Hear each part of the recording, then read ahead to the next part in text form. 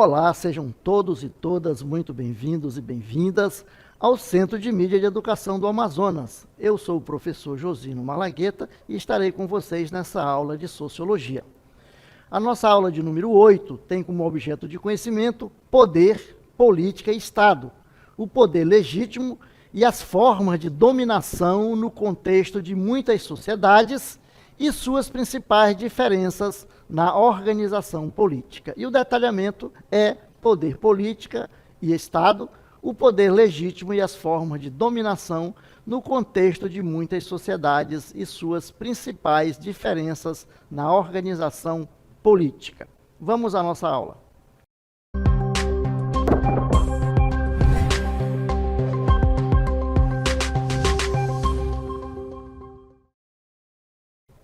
Muito bem, vamos então começar a nossa aula e vamos então tratar desses conceitos que são importantes: poder, política e Estado.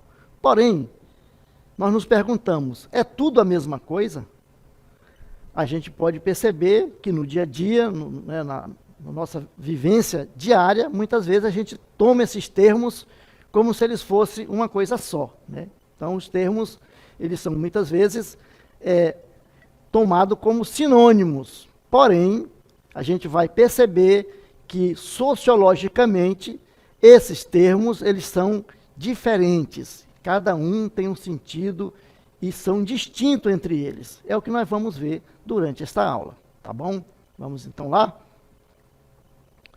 Então vamos ver o que é poder, certo? O que é o poder? Vamos fazer a definição de poder. Vamos então, poder, né? O poder pode ser entendido como a possibilidade de exercer influência sobre a conduta de outras, né, ou de outros, em determinada relação social. Por exemplo, um professor com aluno, né, eles exercem uma relação de poder. Patrão, empregado, né, exerce uma relação de poder, certo? E o que é a política? Ou então o governador e o governado, né? O que é a política? A política pode ser entendida como os meios pelos quais um sujeito ou um grupo que se organiza para exercer o poder ou conquistar o poder. Não é isso? Então a política é esse mecanismo aí de chegada ao poder, certo? E o que é o Estado? O Estado, ele é um modo específico de exercício do poder. Vejam lá, né?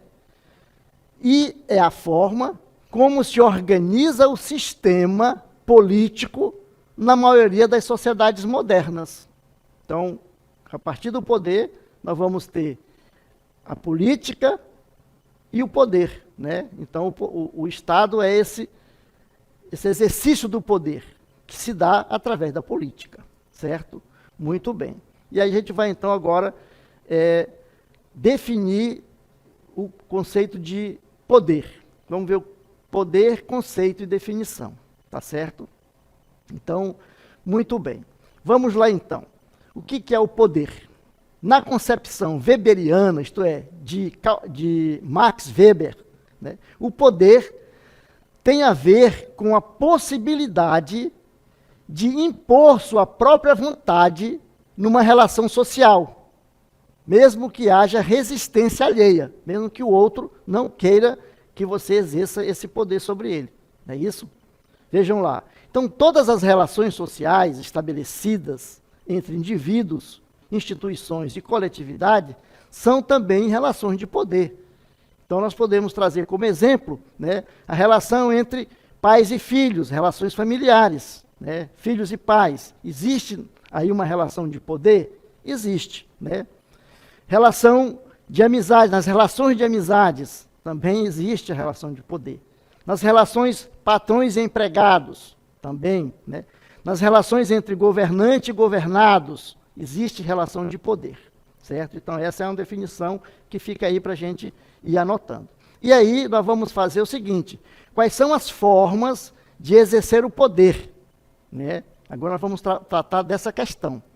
São muitas as formas em que se pode exercer o poder. Porém, 3 são predominantes.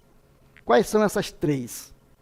É o econômico, o poder econômico, o poder ideológico e o poder político. E aqui nas nossas imagens nós temos o poder econômico, né, o poder do dinheiro, aí, o poder ideológico representado pela mídia, né, e pela televisão, e o poder político representado lá pela primeira pessoa, lá na pessoa que está lá na tribuna, né, aí fazendo a sua fala, não é isso? Na tribuna do plenário, da Câmara, da Câmara Federal, de uma Assembleia Legislativa que seja, certo? Muito bem, e agora nós vamos explicar cada um deles, né? Primeiro, o poder econômico, como é que ele se dá, como é que o poder econômico se dá, se coloca. Então, o poder econômico, ele consiste na utilização de bens materiais como forma de exercer influência sobre a conduta de indivíduos, instituições e sociedades. Professor, o senhor podia dar um exemplo desse poder econômico? Veja, numa eleição, né, aquela pessoa que tem dinheiro, ela pode comprar o voto das pessoas, oferecer, né, uma telha para cobrir a casa, tijolos para ela levantar a casa dela, para ela poder votar no candidato dele. Então, isso é uma forma de você exercer o poder econômico, né? Ou então um patrão que pega os seus funcionários na época de eleição e orienta, né, que eles devem votar no candidato X ou Y, não é isso? Então ele está exercendo o poder econômico, porque ele tem o poder do emprego, ele está então forçando as pessoas a votar em quem ele determina. E aí o poder ideológico. O que é o poder ideológico? Consiste na capacidade de influenciar a formação de ideias e práticas sociais para construir padrões de comportamento que reproduzam determinado modo de perceber o mundo. Então, isso pode ser feito a partir dos meios de comunicação, né?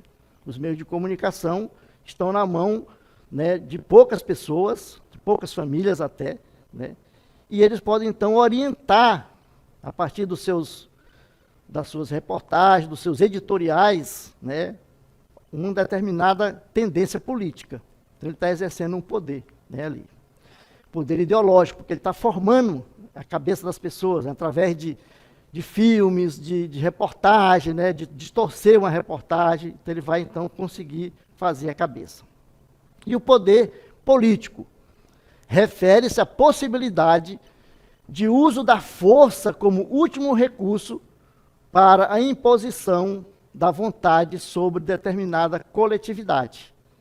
Então, veja, um governante, ele pode propor um projeto de lei que é antipopular, que vai contra as pessoas, né? E quando as pessoas vão à rua para protestar, o que acontece? Ele põe o quê? O exército, põe a polícia para bater nas pessoas, para dispersar as pessoas. Então é o poder político, certo? Muito bem. E aí, nós vamos agora falar da questão do monopólio legítimo do poder, né? Porque o poder existe também nesse sentido aí da questão do monopólio legítimo do poder. O monopólio legítimo desses instrumentos, segundo Norberto Bobbio, que é um pensador, um filósofo, ele diz o seguinte: constitui o poder político, ou seja, o consenso social de que aquele que detém o poder político pode fazer valer sua vontade sobre a coletividade em determinadas condições sociais e históricas pré-estabelecidas, né? O poder legítimo, né? No caso o monopólio legítimo do poder, não é isso? Então as pessoas, quem está no poder, tem a lei que vai lhe dar respaldo para que ele haja daquela determinada forma, certo? Então o poder legítimo e as formas de dominação, não é isso? As formas de exercer o poder podem ser legítimas ou não, ou ilegítimas, né?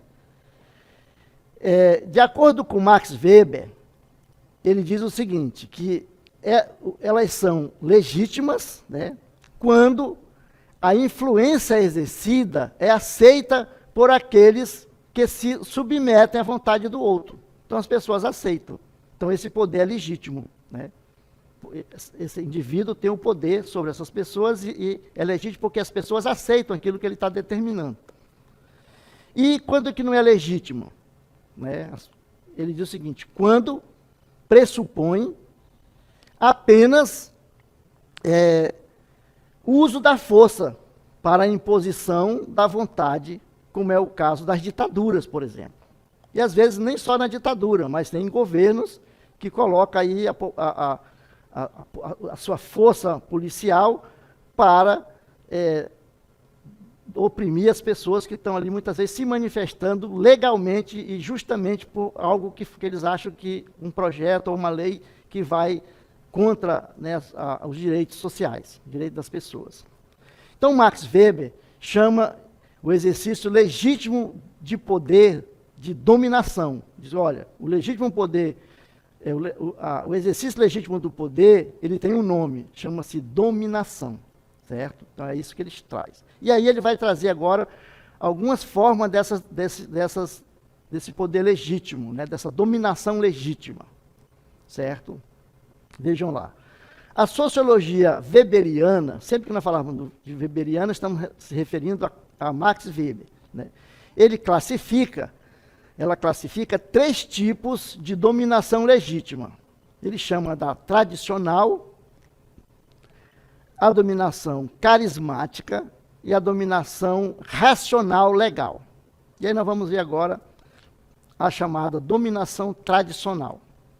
Ela consiste na crença em instituições e regras transmitidas de geração em geração, conduzidas por um indivíduo ou grupo, né, ou grupo de pessoas que se baseiam nos costumes para exercer a dominação. E aí nós temos o exemplo nessa imagem, né, do patriarcado, né, o poder do pai sobre a família, sobre a mãe, sobre os filhos, né? Então, o poder do patriarcado é um poder legítimo, que ele chama de poder, né, legítimo. Então, qual é a legitimidade desse poder? Os costumes. Se fez sempre assim, sempre foi o pai que mandou, os filhos e a mãe obedeceu, assim foi sempre, né? Exemplo dessas relações. Relações feudais, por exemplo, relações de patriarcalismo, né, do patriarcado, coronelismo, né? Então são exemplos desse tipo de dominação, né? Dominação aí do Max Weber. E o outro tipo de dominação que nós vamos trabalhar agora é a dominação carismática. Em que consiste a dominação carismática? Vamos lá? A dominação carismática, ela consiste no seguinte: nessa forma de dominação, a obediência se sustenta pela crença dos dominados ou dos subordinados nas qualidades superiores do líder. Isto é, acredita-se que há qualidades excepcionais em determinado indivíduo, algo que o torna superior aos outros e lhe permite exercer liderança ou controle sobre eles, né?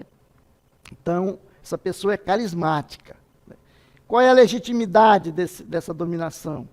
Ele diz que são as qualidades do líder, né? No caso, um líder religioso, né? Então, nós temos aí como exemplo lideranças religiosas ou lideranças políticas. Nós temos muitos líderes chamados líderes carismáticos, né, que têm um poder sobre as pessoas. Por exemplo, o Gandhi, né, era um líder político, era um líder carismático, ele tinha uma certa liderança sobre as pessoas, né. Luther King, né, o Papa João Paulo II e outros papas que têm esse poder, né, de agregar as pessoas. Então, dominação legítima no sentido de dominação carismática. E aí nós vamos para mais uma, que é a dominação racional legal, né? O que é a dominação racional legal? Tem a ver com a questão das leis, né? A dominação racional legal, aqui, nesse sentido, se dá por intermédio das leis. Ou seja, está fundamentada, né, em normas e regras que são aprovadas e aceitas por todos. Então, a questão da legislação, ela vai dar a essa pessoa esse poder, né? Por exemplo, um presidente da República, né, um monarca, um político, um deputado, um prefeito, né, ele tem esse poder, essa dominação racional legal. Isso foi dado por lei para eles. Então, houve um sufrágio universal, ele foi eleito e a Constituição deu a ele esse poder de exercer o poder sobre as demais pessoas, certo? Então, chamada racional legal. Qual é a legitimidade? Já está falando. São as leis, né, que dá legitimidade a essa pessoa. Exemplos desse tipo de a sociedade capitalista e outras, né, sociedades e outros poderes que nós já colocamos aqui. Muito bem. Então, tratamos disso, agora vamos partir para a questão da política.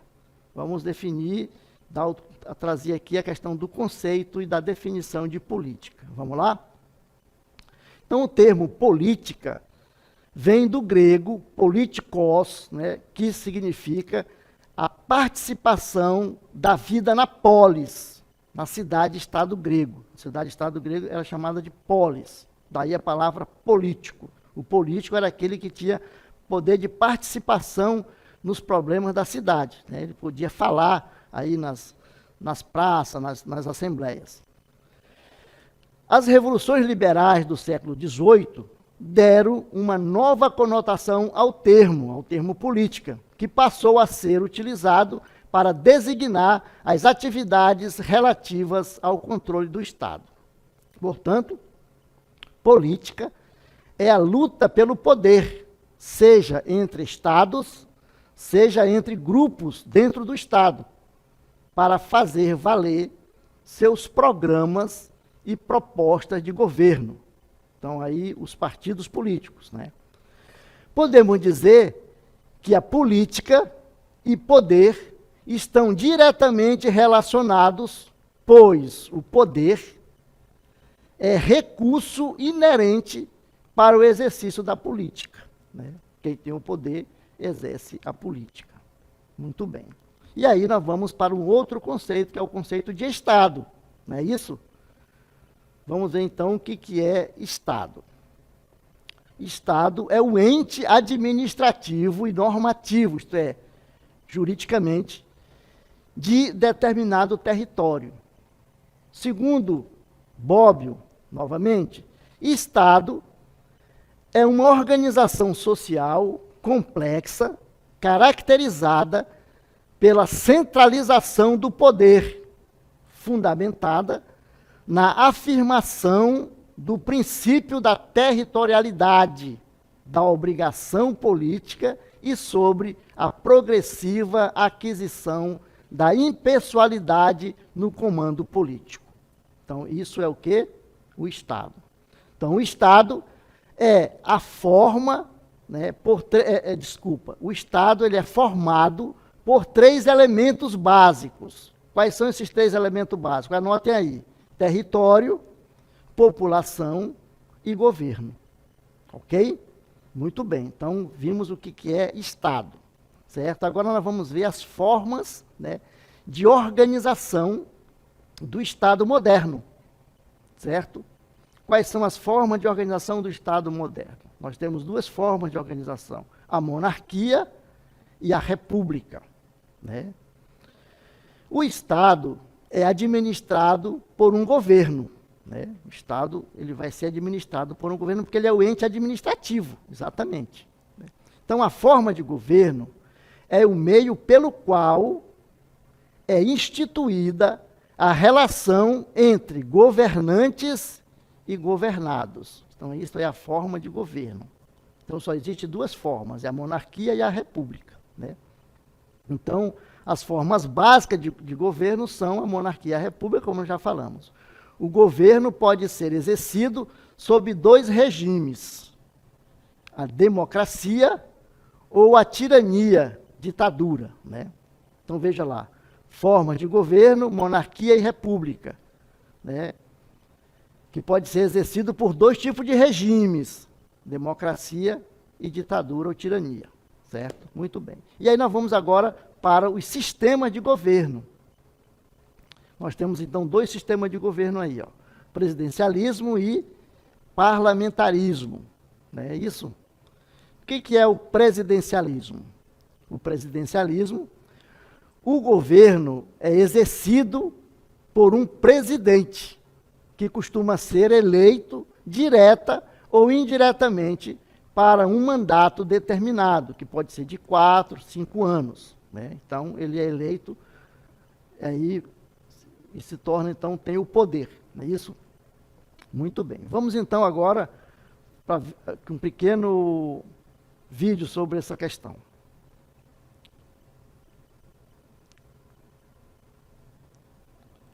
Não, aqui nós temos um outro que nós estamos falando agora do parlamentarismo, não é isso?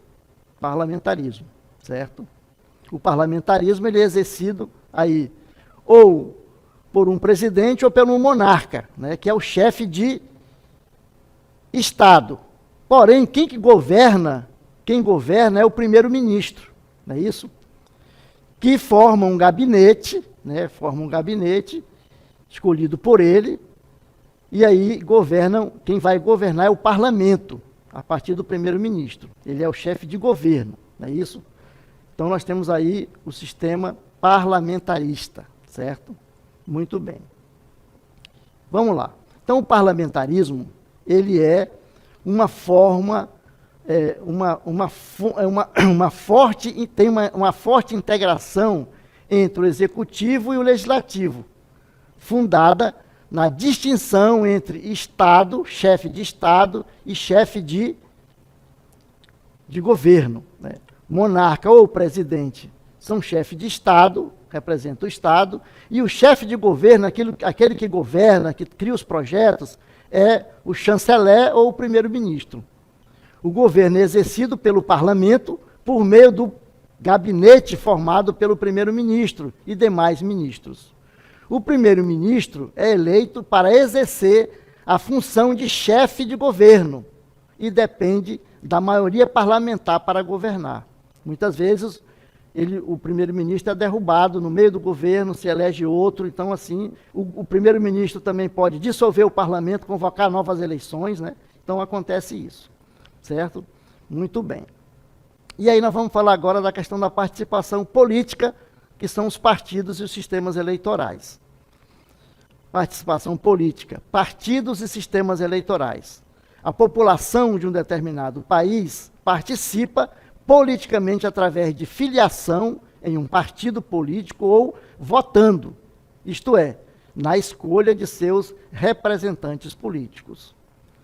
Então, os partidos políticos são organizações alicerçadas em uniões voluntárias orientadas para influenciar e conquistar o poder político. Então, os partidos eles vão se organizar para, então, chegar ao poder e colocar em prática os seus projetos de governo, aquilo que eles têm, né, as suas ideologias políticas. Do ponto de vista da sociologia, são estruturadas, né, ou são estruturas, os partidos políticos são estruturas fundadas na ideologia da representação política. Juridicamente, esses partidos são organizações de direito privado que congregam cidadãos com afinidades ideológicas, pessoas que têm, né, os mesmos ideais, certo? E agora nós vamos aqui falar como que esses partidos se formam, como é que eles são, como é que se dá. Vamos lá então? Vamos pegar aqui o nosso tablet. Então os partidos, eles podem ser monopartidário, né? Existe o monopartidarismo, certo? Que é um partido só, o poder está concentrado no comitê do partido e em seu secretário-geral, né? Então, um partido só, o poder pode ser exercido por um partido só. Mas também ele pode ser exercido chamado de bipartidarismo, ou bipartidário, né? Quando apenas dois partidos atuam na disputa pelo poder, né, a gente tem como exemplo os Estados Unidos, que tem ali o Partido Democrata e os republicanos, que se alternam no poder, né? Mas também existe o chamado multipartidarismo. O que é o multipartidarismo? É quando existe uma diversidade, uma grande quantidade de partidos, né? Partidos que disputam as esferas governamentais, como ocorre no Brasil, né? No Brasil nós temos aí uma grande infinidade de partidos, são muitos partidos, certo? Então aí como a tipologia dos partidos políticos, né? As várias formas de partidos, como que eles se organizam. Então o poder pode ser exercido por um partido só, o monopartidarismo, por dois, bipartidarismo ou multipartidarismo. E aí nós vamos trabalhar agora as formas históricas do Estado moderno, né? Como que o Estado moderno se organizou aí na sua formação. Então, o Estado moderno, ou Estado-nação, representa um modo de organização do poder que surgiu na Europa como meio de superação do regime feudal, do antigo regime do feudalismo. E aí nós vamos ver agora esses vários tipos, né, do Estado moderno, como é que eles se organizaram aí durante esse tempo todo na sociedade moderna. Então nós temos aí, primeiro, né, o Estado, vamos dizer assim, o Estado, como que o Estado absolutista, né? Aqui nós temos o Estado absolutista, nós temos o Estado liberal, o Estado nazifascista, né? E o Estado socialista e o Estado de bem-estar social e o Estado neoliberal. Vejam as formas variadas de Estado. E agora a gente vai trabalhar o seguinte: no Estado absolutista, como é que era, por exemplo, a economia desse Estado? Então a economia era controlada, tinha um controle absoluto do Estado, né? Aí o mercantilismo a economia era baseada no mercantilismo, né? No controle absoluto da economia pelo Estado. No Estado liberal, a economia, capitalismo comercial, aí tinha o chamado laissez-faire, laissez-passer, né? Que deixa fazer e deixa passar. No Estado neofascista, a economia era uma economia de mercado, porém marcada pelo autoritarismo e regulada pelo Estado. Nós temos o Estado socialista, que é o Estado planificado, economia planificada. No Estado de bem-estar social, nós temos uma economia democraticamente regulada pelo Estado. No Estado neoliberal, a economia de mercado com progressiva exclusão do Estado, o Estado chamado Estado mínimo, né? E a política, como é que ela era exercida? No Estado absolutista, centralização e controle do Estado pelo monarca, né? No Estado neoliberal, separação entre o público e o privado. No Estado neofascista, projeto autoritário, né? Na pessoa do seu ideólogo. Estado socialista, projeto de participação da classe trabalhadora, né? Que nem sempre aí junto com a ideologia de esquerda, né? E no Estado de bem-estar social, um projeto social-democrático onde se dá direito, né, para a população, os trabalhadores. No Estado neoliberal, retorno das teorias liberais, desregulamentação dos direitos trabalhistas. E a sociedade como é que era? Conflito, aqui na absolutista, Estado absolutista, conflito entre a burguesia e o antigo regime, né? No Estado liberal, conflito entre classe trabalhadora e burguesia. E no Estado fascista, redução dos direitos dos trabalhadores, das pessoas, né? Evento daí do autoritarismo. Estado socialista, corrida armamentista, né? Que era a sociedade voltada para isso. Estado de bem-estar social, ampliação dos direitos civis e de consumo de bens, né? Mais direito à população. E no Estado neoliberal, a redução dos direitos trabalhistas, como a gente tem visto em alguns estados aqui da América Latina, né? Onde os direitos dos trabalhadores são reduzidos a quase nada, né? Então a gente observa como é que esses estados aí, e como é que eles se dão tanto na economia, na política e na sociedade, certo? Muito bem, as formas históricas do Estado moderno. Muito bem, então a gente fica por aqui e até uma próxima aula.